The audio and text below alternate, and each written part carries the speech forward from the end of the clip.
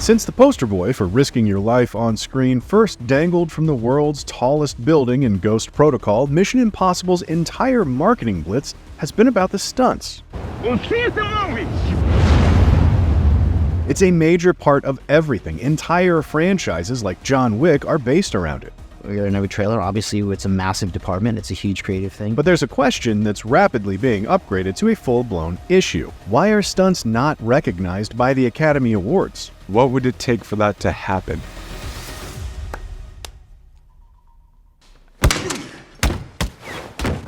We all can agree, like, it would be fair. But how do you do it? Who should get the award? The stunt coordinator, the fight coordinator? Like, there's a lot of complexities that go with that. You got to ask, like, well, what is it that you're giving an award to? Is it the design of a stunt? Is it the performance of a stunt? The coordination of a stunt? More people would need to say, hey, you need to do this. That's a category, probably more than any other category, in which people are actually every day risking their lives and their safety for your entertainment. If anything is worthy of an award, that would be. It's one of the biggest, most complicated, most popularly heralded aspects of the modern blockbuster. So why doesn't the department have its own category on Oscar night? It makes me mad the more we're talking about it. How is it not? Who do we talk to about this? Well, we talked to a lot of people about this. Like, we spent our whole summer asking everybody we could for their thoughts. The truth is, it's complicated, but it doesn't have to be. We're taking our best shot at uncomplicating the issue by hearing from the performers and directors who know and digging into the Academy Bylaws, all to try and answer the question, why don't they have an Oscar for stunts?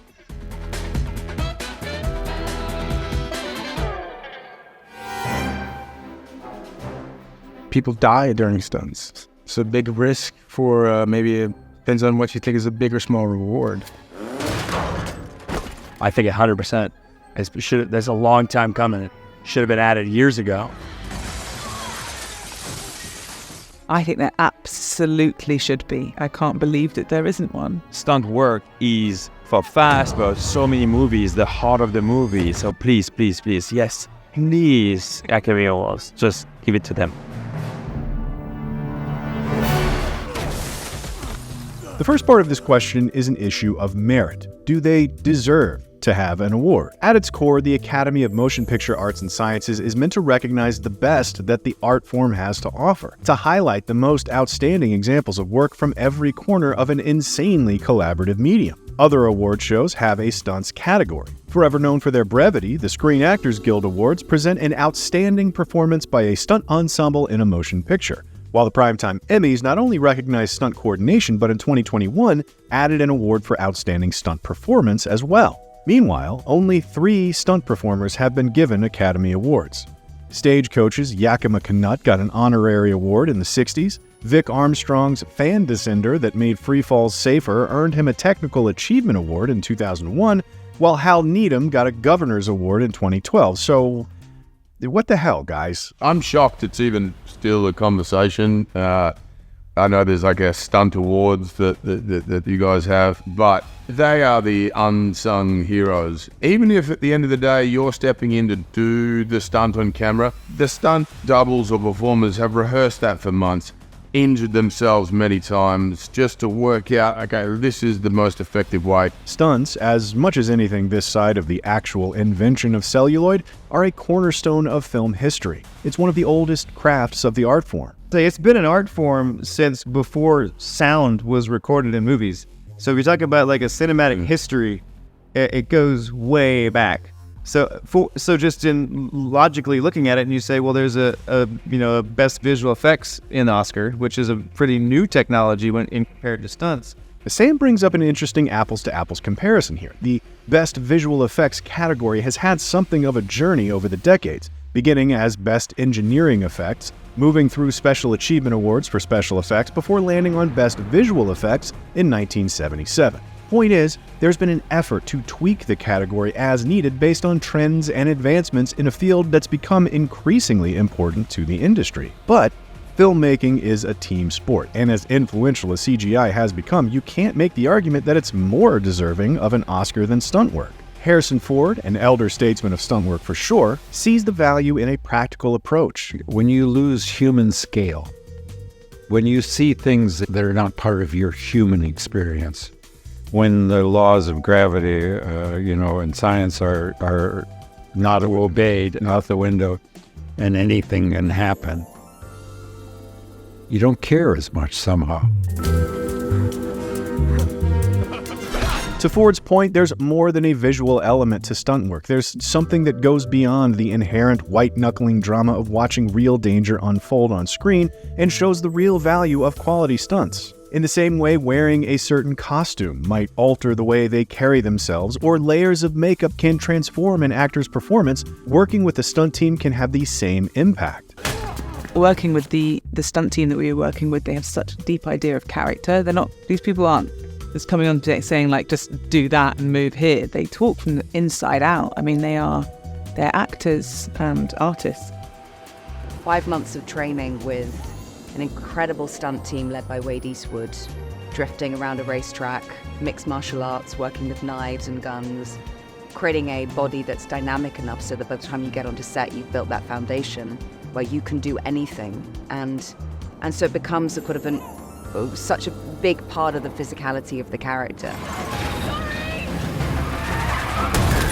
There's a credibility that cannot be denied when a stunt is being performed practically on film. In the same way Rick Baker got an Oscar for remarkably transforming an American in London into a werewolf, or any of the 8 times the Academy awarded Edith Head's distinct and character-enhancing wardrobes, a quality stunt done by an actual human stands out. And filmmakers like Christopher McQuarrie with the Mission Impossible franchise take it a step further. Immersion, plain and simple. It connects you to the characters and to the story in a way that you couldn't do otherwise. Look, we're finding ways on how to immerse an audience into a movie.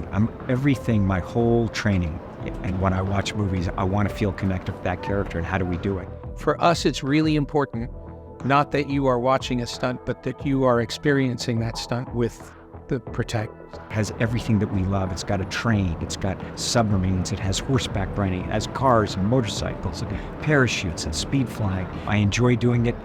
I enjoy the challenges of it, but it all comes down to story. How do I invest the audience? Stunts are an art form as old as film itself, one that has evolved along with the medium that continues to provide a more immersive, engaging way to tell stories. So, what gives? Why no statue?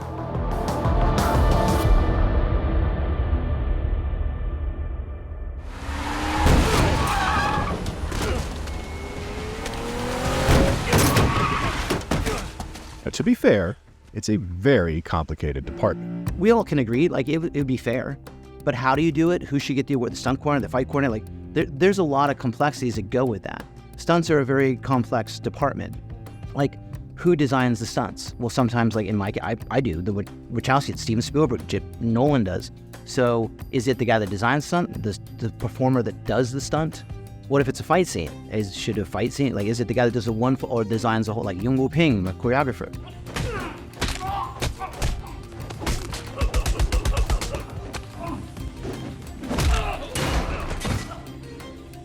But why does that really matter? It hasn't stopped the Academy before it. Extraction director and America's Ass, Sam Hargrave, that is America's Ass, makes an excellent point about the relative complexity of the award. What is it that you're giving an award to? Is it the design of a stunt? Is it the performance of a stunt? The coordination of a stunt? There's a lot of elements that go into it, right? But I mean, you could say the same thing truthfully about best costume design. Someone designs it, someone has to build it, someone has to oversee it. You got seamstresses, there's men and women working to build these costumes. Yet the costume designer gets the award. That would be the challenge, finding what would be the best way to nominate and to kind of delineate what it is that you're celebrating with that award. The same is true for every discipline, from cinematography to special effects. But how complicated can it be, really? I think the prison yard sequence was the most complex and had the most amount of choreography and moves that I've ever been a part of. There was, 300 or 400 extras or background artists, stunt performers within that shot, and it was shot as a one-er. Everything had to be seamless. It was like a beautifully choreographed dance that all had to be perfect. Now, it's hard to argue with Thor. So, we didn't. Instead, we waited until he was gone and talked to Sam about it some more. One of the things that's great to talk to you about all of this is you've done pretty much all of these jobs, right? I mean, from performer to coordinator. Yeah, I have done them all, like from top to bottom in the action space. I've done them all. So I guess step one, the prison yard sequence. Who designed it? Who came up with the concept for it to begin with? The original conceit for the Warner was in the script. Joe Russo wrote it based on the success of the Warner in the first film. He was very descriptive in his action. It went on for probably 25, 30 pages. So that's stage one. You get the screenplay from the writer. So I, as the director who knows what I want as an action designer, go through that script and then start to fill in the blanks with action that you really want to see and that makes sense for the character, right? John Wick fights in a different way than Tyler Rake fights, who's in a different way than Captain America fights, in a different way than Chuck Norris fights, for example. You son of a bitch! That goes from the director down to the stunt team to then come up with the most interesting action that you can, devise or imagine. And sometimes it can be as vague as I sat the team down and showed them a YouTube video of a lion being attacked by a pack of hyenas. And I said, that's kind of the vibe that I'm going for. That look in the lion's eye right there, that's Chris Hemsworth, that's Tyler Rake. These hyenas are the prisoners. That's the feeling. And so everyone was like, okay. And so now I wasn't saying he has to, karate chop here or shoot here. It's like, you guys know his style. You've seen the first movie. We've talked a lot about it. Take what you know about the character and the story that we need to tell and produce this feeling. From the stunt side, you got this vague direction to go on. You put it all together and then you go, and this process made very successful and kind of more well-known now of stunt vising and fight vising, the stunt team. And they shoot and edit together and present with sound effects and music, this whole presentation of what the action could look like. Again, you go back to the director, you meet, you get notes, you refine it, you shoot it again, you cut it again, all the way up until shooting. We're kind of refining it and trying to get to the right thing. At a certain point, you want to say, great, that's locked in, so that your actors can start rehearsing what it is that you've come up with. So all of that team has to be in sync with the director and the story that you're trying to tell. So it's this very intricate dance of communication with the goal of perfection. We never get there, but that's the goal, is all the little details salt and peppered throughout the sequence to make it special. So on the day, who's there and who's leading the team that's executing these stunts? I'm there as the director, kind of overseeing things. And oftentimes in these big fight sequences, I'll actually be on camera shooting things. In this particular instance, we have one of the stunt performers, Nate Perry, who shot the courtyard sequence because there was so much going on and he had been rehearsing it. And it was so intricate and complicated that when I showed up and normally would take the camera and say, thanks, Nate, I saw what they were doing. And I was like, yeah, you should just shoot it because it's going to go way faster. We have so much stuff to cover. You know everything that's happening, so you shoot it. See, that's incredible. So the stunt performers are so ingrained in what's going to end up on the screen that it's like, just hold the camera. And that's sort of the old backwards and in heels kind of cliche. It's just like, yeah, we're just going to make your job just a touch harder. The art that they produce and the impact they have on the motion picture business is undeniable. There's not a lot of art forms like, yeah, it can be taxing to be, hair and makeup or costume or visual effects, but you're not risking your life usually. But for these people who are like risking their lives literally for your entertainment, I think you could recognize them for their efforts.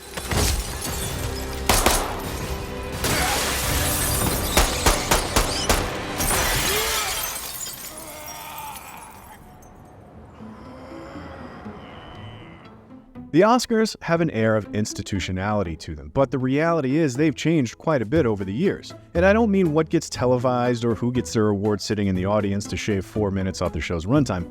I'm talking about the categories themselves.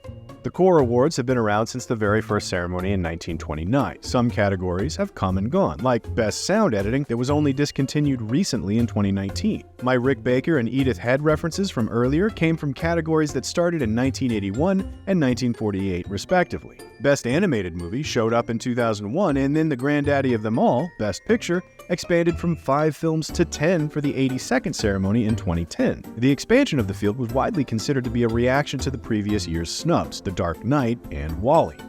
The films both represented something more adult in genres that had been considered kids' stuff. It's a balancing act the Academy has been trying to navigate ever since, very probably leading to the condescending fiasco that was the Best Popular Movie category. That actually did get announced as a new category before the Academy won an Oscar for backpedaling after a metric ton of very justified criticism was chucked on their doorstep. So it's clear there is a capacity to add, subtract, and evolve within the Academy, but what do the nuts and bolts of that process look like? We dug around some to find out exactly what hoops require jumping through, and per the Academy bylaws, here's what we found out. To start with, you have to understand that the Academy is built out of branches. There's an actor's branch, a writer's branch, directors, cinematographers, makeup artists, documentarians, production designers. There are a lot of branches. Members of the Academy belong to their respective branches, and for the most part, they can nominate and vote on the awards for those categories. There are more ins and outs than just that, including members at large that can vote in every category, but that's for voting on Oscars that actually exist. When it comes to creating a new category, the branch one belongs to also plays a role. For a new category, literally any voting member of the Academy can propose one. The proposal must address the hang-ups we've discussed with Sam Hargrave, for example, about whose name goes on the trophy and what exactly it is the new category will be awarding. But there's even more to it than that. Guidelines for the voting process, how nominees are determined in the first place, and even eligibility for membership in the Academy to create a pool of voters relevant to the new category all need to be a part of the original proposal. Once that information is together, our hypothetical proposers' first stop would be their branch executive committee. Each branch has a small group of governors to represent them that are automatically appointed to their branch's executive committee. Half of the rest of the committee is elected by the members of the branch itself, while the other half are appointed by the governors. Now, because each branch is a different size, each branch executive committee is a different size as well. However, all the branch executive committee members serve terms of 1 year. It's this group that gets first crack at the proposal, and they meet several times a year to discuss important issues affecting the Academy and its members, including awards and the rules that govern them. From there, if our proposal is enterprising enough to still have momentum, it will find itself with the Awards Committee. This committee is made up of governors and other members appointed by the Academy President. They will review and refine the proposal, offering guidance on the finer points of the rules and requirements that are part of the potential new category, and, like the branch executive committees, will meet several times annually. This, it seems, is the longest part of the process and can require a number of meetings to iron out all the details. But once the awards committee is happy with the proposal, they can make recommendations to the final stop on our journey, the Academy Board of Governors. This body is made up of branch governors who have sought and won election to their positions, including the Academy President, Vice Presidents, Treasurer, etc. While other committees will meet multiple times a year, any changes to the rules, the voting process, and of course, new awards are voted on and approved only once annually.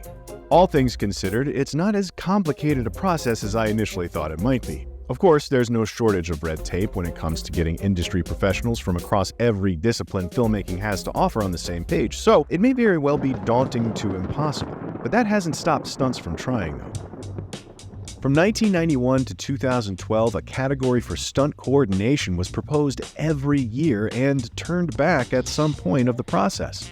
That's 21 consecutive years of trying and failing to get the needed votes and committee support to get an award on the broadcast. I'd like to believe there's a proper reason. Maybe, to Academy members, stunt work seems like an impenetrable web of complexity that's not even worth trying to figure out. Perhaps there's a sense that it's neither an art nor a science and therefore doesn't fit the Academy's mission statement. It's also entirely possible that a proposal works its way through the Academy's bureaucracy only to end up in front of the Board of Governors as a watered-down version of its original spirit. There's just no way to know what's happened in the past, but whatever the reason, there is a pathway to make it happen in the future.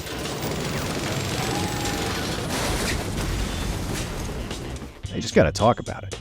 It'd be great if we all sat at a table and figured it out.